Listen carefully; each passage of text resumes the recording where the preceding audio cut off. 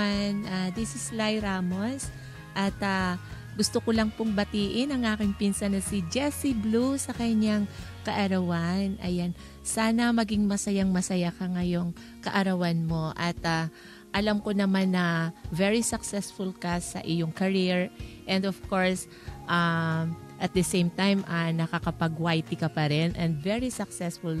You have so many supporters and ayan, I'm very happy na nakilala ko ang isang Jessie Blue dito sa YT and ayan, maraming salamat for your support.